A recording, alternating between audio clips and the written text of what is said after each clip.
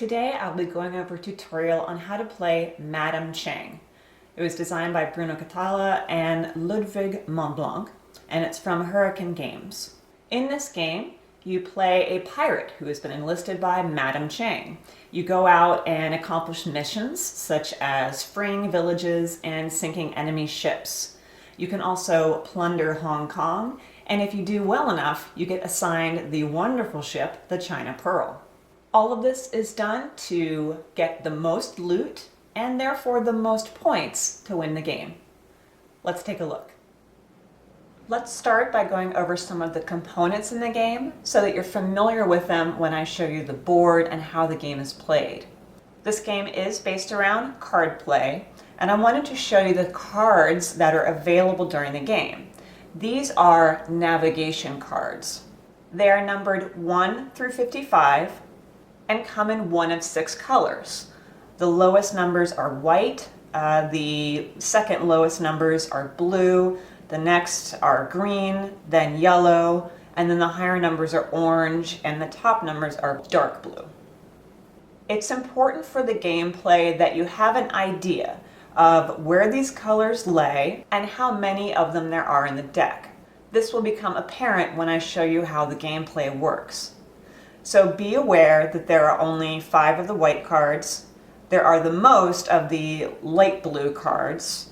Then there's second most of the green cards. There are a handful of yellow cards, only a few orange, and only 2 of the dark blue cards. These are an example of the encounter cards that you can get during the course of playing the game. You'll notice that there's no text on these cards. They're all pictograms describing what you can do with them. During the first couple of times you play the game, you're probably going to be referencing the rule book quite a bit to double check what each of these are, but after the first or second gameplay, you won't have to reference the rule book anymore. But it'll be good for me to introduce them to you now so you're familiar with them.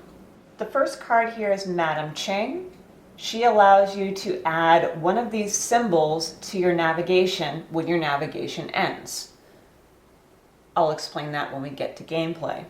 The thief allows you to steal a gem randomly from another player. That player would take their gems, scramble them up and hold them in their hand, and then the person who played this card will be able to reach in and take a random gem. This card is the Siren, and it forces a player to rotate a card that has whatever symbol is shown down here sideways. They can still use it during their navigation, but they can't use it at the end to gain skills. This is the Traitor, and this allows you to steal one random encounter card from another player. You'll notice that all 3 of these cards have lightning symbols at the top. That means that they are attack cards. This is the Grizzled Sea Dog. He allows you to take a flipped over skill card, re-flip it over so that you can use it twice during your turn. These cards are wild cards. They can also be used to prevent an attack. If you have one of these in your hand and someone plays an attack card on you, you can discard this in order to avoid the attack. But they're also very important in navigation, and it's key to notice that there are pink ones and there are purple ones. And these are called pilot cards. This is the Oracle. This allows you to draw 3 new encounter cards. This is the Traitor.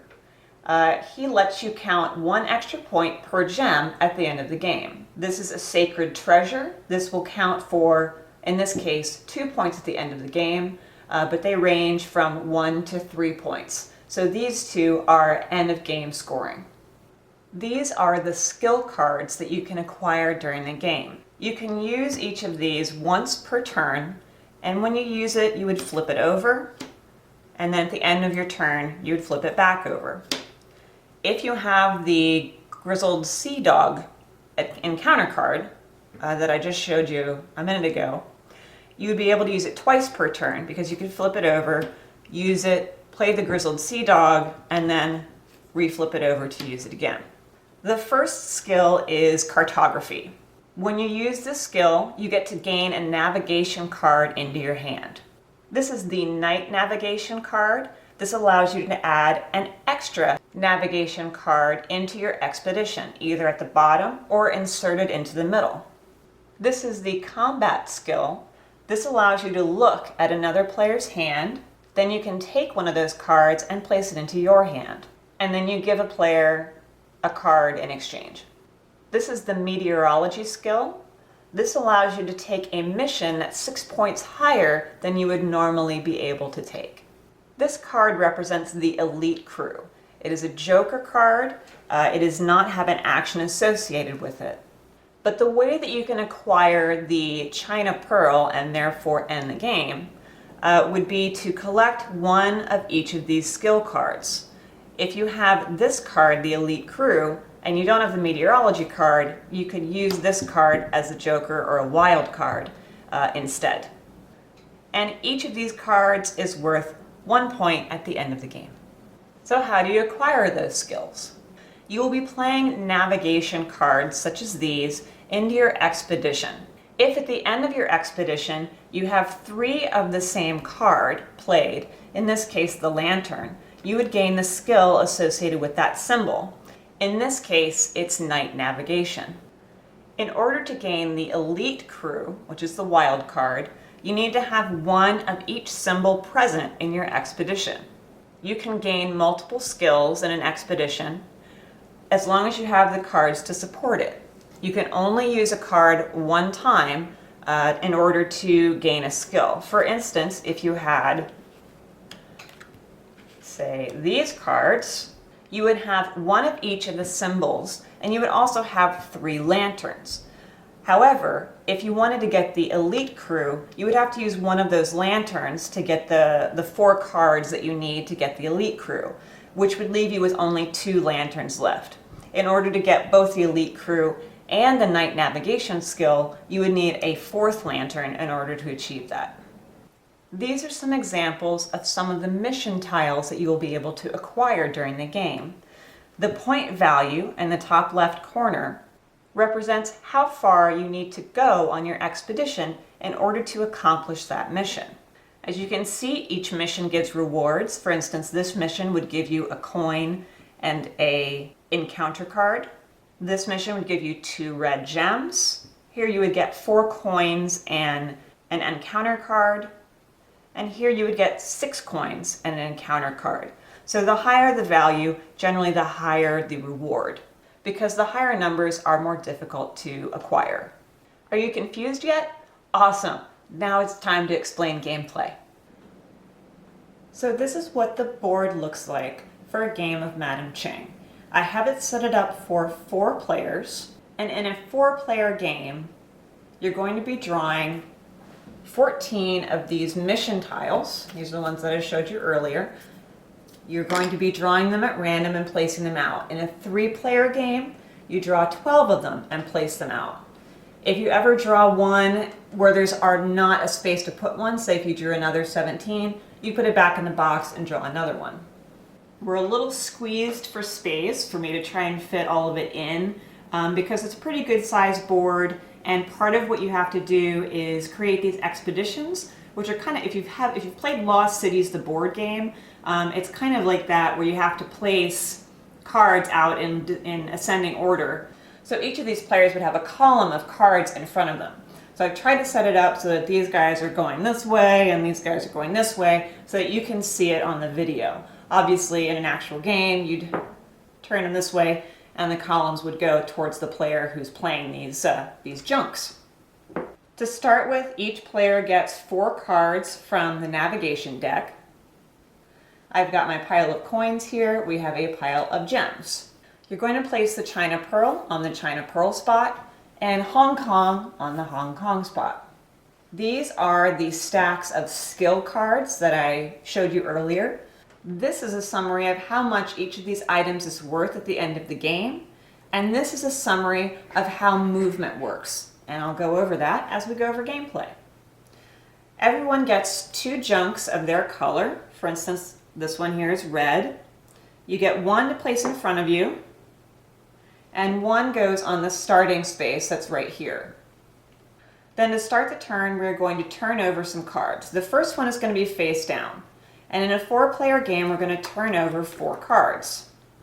And these are the cards that are going to be available to players during the turn. This is your discard pile. And no players start with encounter cards. Those are things you can get during the game. You can get encounter cards from completing missions. You can also get them by crossing over these blue lines, and they're kind of hard to see. Even just right in front of me, they're a little hard to see. But there's one between 3 and 4, and there's one between 8 and 10. There's also one between 5 and 6, and one between 12 and 14. So if your junk at any time crosses over that line, you would get to draw an encounter card. The first thing that you're going to do every round is each player is going to look at their hand, choose a card, and play it face down in front of them. The card that they choose is the one that is going to be played next in their expedition. So at the beginning of an expedition, which is where all of these players are right now, that is going to be the first card of your expedition. As your expedition goes along, you're going to have to play ascending cards. You're going to have to play a card that's higher than one that has already been played. So you want to take that into account when you're choosing the first card that you play. So let me choose some cards for these players. Once everyone has chosen a card and placed it face down in front of them, then everyone flips their cards over. The player with the highest card goes first. So in this case, the highest card is 29. So that is going to be the first card of this player's expedition. So they get to go first, and what they'll do on their turn is the first thing is manage their expedition. That means playing cards on your expedition. So this is his first card, and he's the red junk, so he will move to space number 1. The next thing you can do on your turn is you can play an encounter card if you have it and if you want to play it. Obviously some encounter cards are things that count towards the end of the game, so obviously you wouldn't play them. And the wild cards are ones that you generally hold on to until you're trying to get to Hong Kong. I'll explain why in a moment. The last thing you do on your turn is you choose one of these cards to put in your hand. You can either choose a face-up card or you can take a chance with the face-down card. This player is going to take this card, and it will go into his hand. Then the next highest card goes. In this case, it's the 7, which was played by the yellow player. So he also will move on to space number 1. He doesn't have any encounter cards. So now he will have to choose a card from what's available here, and he's going to choose the face down card. The next highest number is this 4.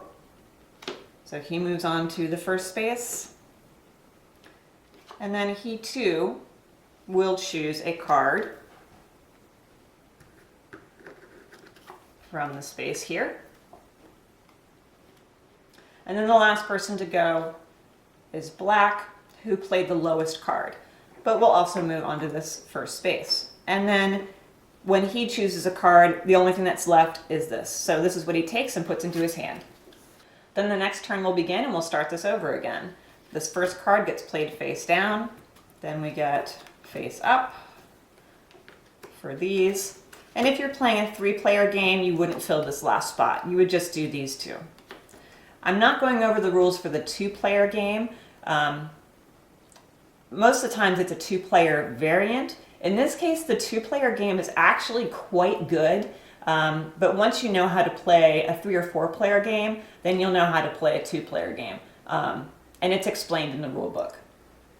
So you can see we've got some different colors starting out for our expeditions. Now everyone is going to do the same thing again, where they're going to choose a card that they're going to play next on their expedition. It'll go face down. Whoever plays the highest will go first. So let me choose some cards for these players. Now that the cards have been chosen, we're going to flip them over and see what everybody played. 13, 34, 8, and a 24. So the 34 is going to be going first.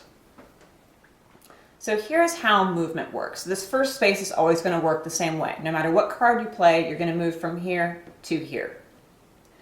Now, when you play a card onto your expedition that is the same color as a card that has already been played, it doesn't matter where it's been played, just that it's already been played, you're going to move your junk 1 space horizontally.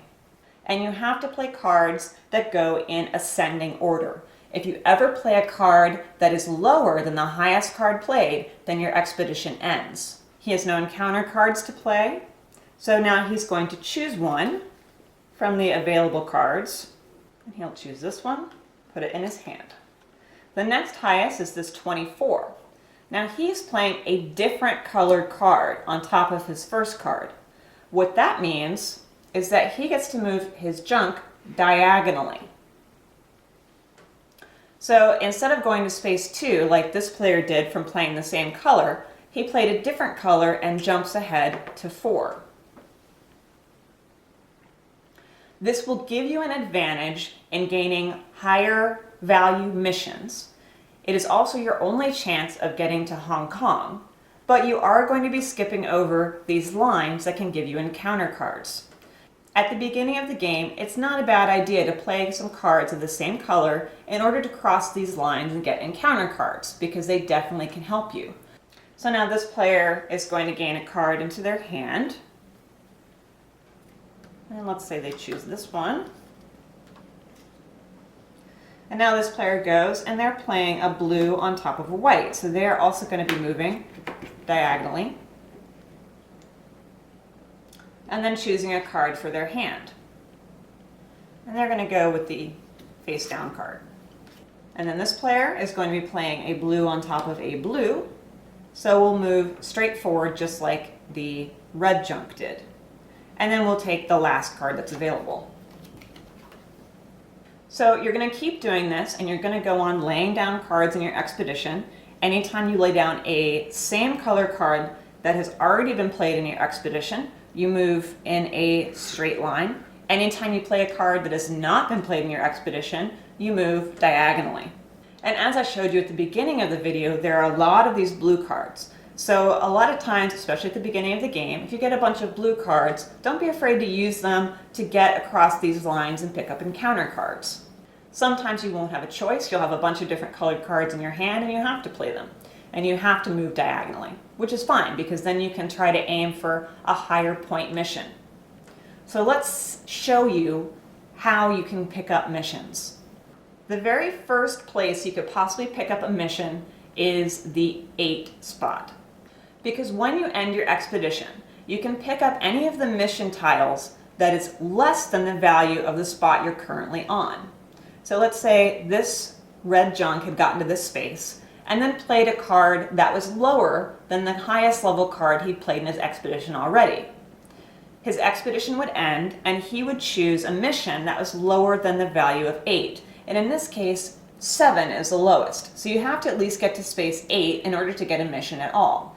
He would choose whatever mission he wanted, and then he would get the reward. In this case, he would get a coin and an encounter card. And then this would go back to the box, because none of these include endgame scoring.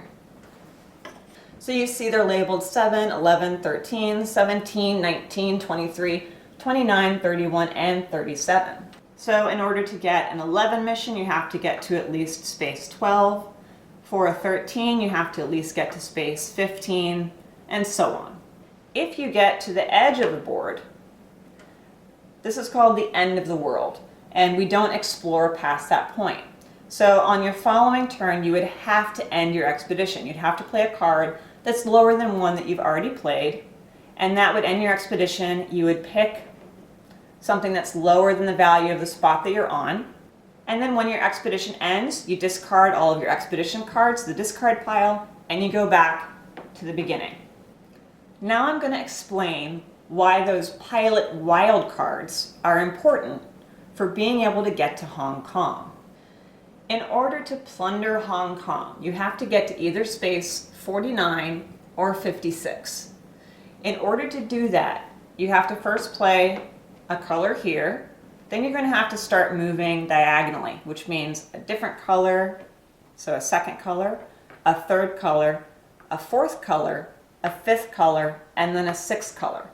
Now, if you remember from the beginning of the game, there are only 6 colors in the entire deck, and there are only 5 of the white colored cards, which are the lowest, and there are only 2 of the highest color cards, the dark blue. So the chance that you get all 6 in your expedition are not very good. And even if you do that, you still won't make it to Hong Kong. That is where the pilot wild cards come into play. You can play them at any point in your expedition, and they count as a card of a different color, which would let you move diagonally one more space. So you could get all 6 of the colors in the deck, then play a wild card and move onto this space. Now let's say you were able to get to here. You can no longer get to the 49 space because you can never move vertically. You can only move horizontally and diagonally. Now if you move any more horizontally, you're definitely not going to be able to get to Hong Kong. But from here, if you can get 2 more out of this, you'll be able to get to Hong Kong. So if you can get 5 of the colors in the deck and manage to play 2 wild cards in that expedition, then you'll be able to go 2 more spots diagonally and plunder Hong Kong. You would take the card, put it in front of you, and it would count as 10 points at the end of the game, and then no one else can do it. Generally what you'll find is that it takes a little bit of time to develop your hand so that you can do that. And in the meantime, you'll be taking maybe shorter expeditions in order to save higher level cards or lower level cards that you know there are fewer numbers of in order to get the full complement that you need to get to Hong Kong. That's part of why people tend not to use the wild cards to prevent attacks, because they know that they're going to need at least 1, if not 2, to get to Hong Kong. That being said, you can still win the game without getting to Hong Kong. It's not necessary, but 10 points is a lot in this game. This is an example of an expedition where at the end of the expedition, the player will be able to get the night navigation skill because they have 3 lanterns in their expedition. So on their next turn, they could play a card that's lower than the highest card that's been played. That will signal the end of the expedition. They will pick up the night navigation skill. It'll be placed in front of them to be able to be used when they need it. And then all of these cards would be discarded and they would return to the starting space. And that is how you acquire those skill cards. Remember that their ability can be used once per turn. And if you forget what their ability is, it's explained in the rule book, and it is explained on the card in pictograph form. If you're not clear what the pictograph means, you can check it out in the rule book or refer back to early in this video when I explained it. The end of the game is triggered when one of the following events take place. Either someone is given the China Pearl by having all 4 of the skill cards or 3 of the skill cards and an elite crew. When that happens, they take the China Pearl and then each remaining player takes a turn. The other way the game can end is when all of the missions have been completed. If that happens, the same thing occurs. The last mission is taken, the rewards are given out, and then the players finish out that current turn. Players will have a handful of coins and a handful of gems, which are counted according to this chart. The coins are worth 1, blue gems are worth 2, red gems are worth 3, and white gems are worth 4. You count those up. You add any points from having plundered Hong Kong or having been given the China Pearl.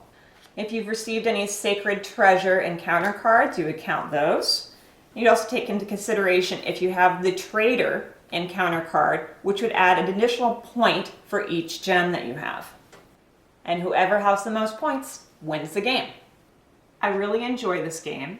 It is not completely unique in that it has many mechanisms that are found in other games, but it does put them together in a different way. I find that the theme is actually pretty strong, and you feel like you really are going on expeditions with your junks. I didn't go over the 2-player version of this game, but it is a strong 2-player version. Basically, to sum it up, 2 players play 2 expeditions each, but they play it out of the same hand of cards, which allows them more flexibility in defining their expeditions and making choices as to which junk is going to go where. As opposed to many 2-player variants, it does not feel tacked on. It almost feels like it is the strong point of the game. But it's still an excellent game as 3 or 4-player, but it probably shines as a 2-player game. Thanks for visiting the Dragon Table. I'll see you next time.